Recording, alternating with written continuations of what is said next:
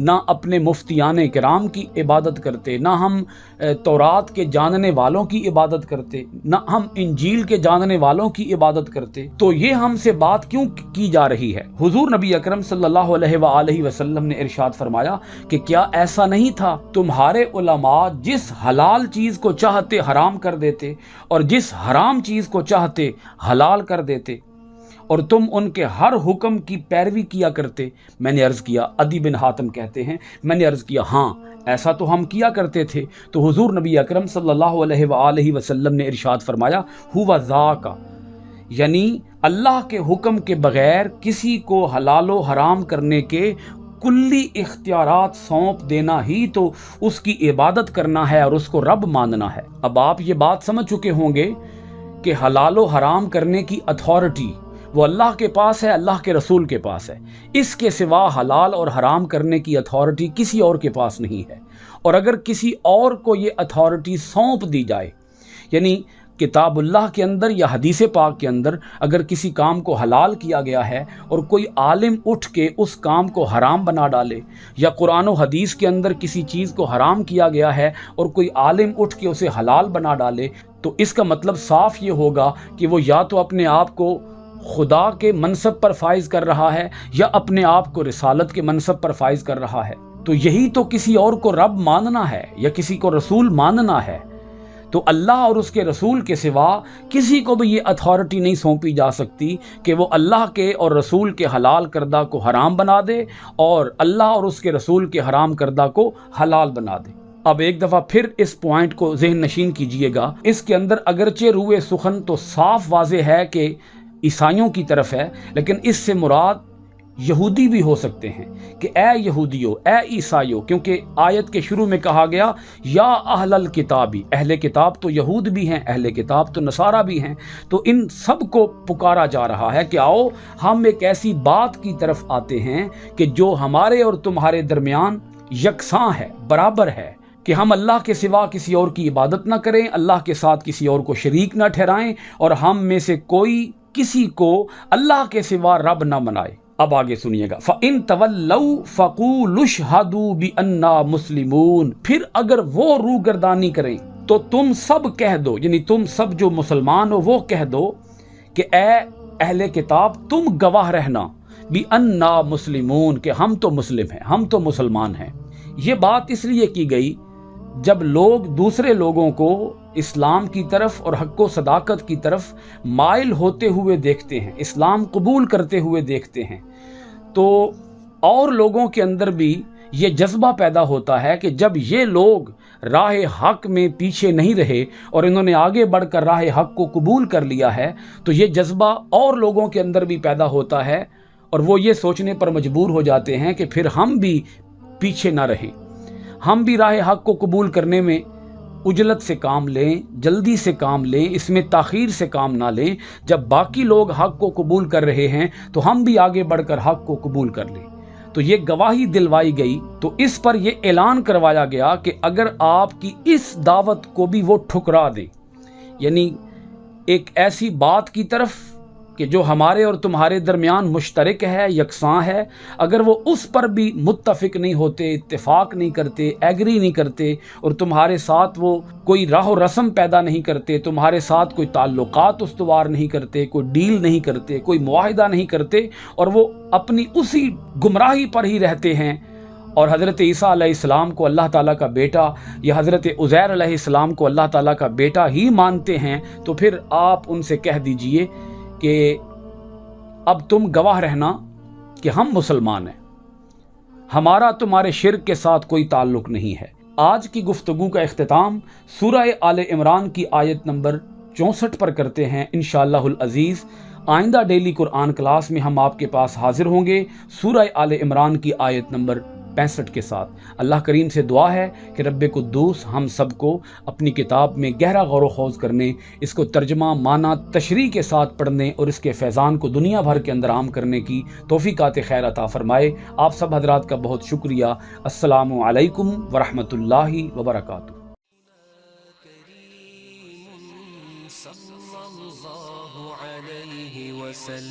سيدنا كريم صلی اللہ علیہ وسلم سیدنا کریم صلی اللہ علیہ وسلم سیدنا کریم صلی اللہ علیہ وسلم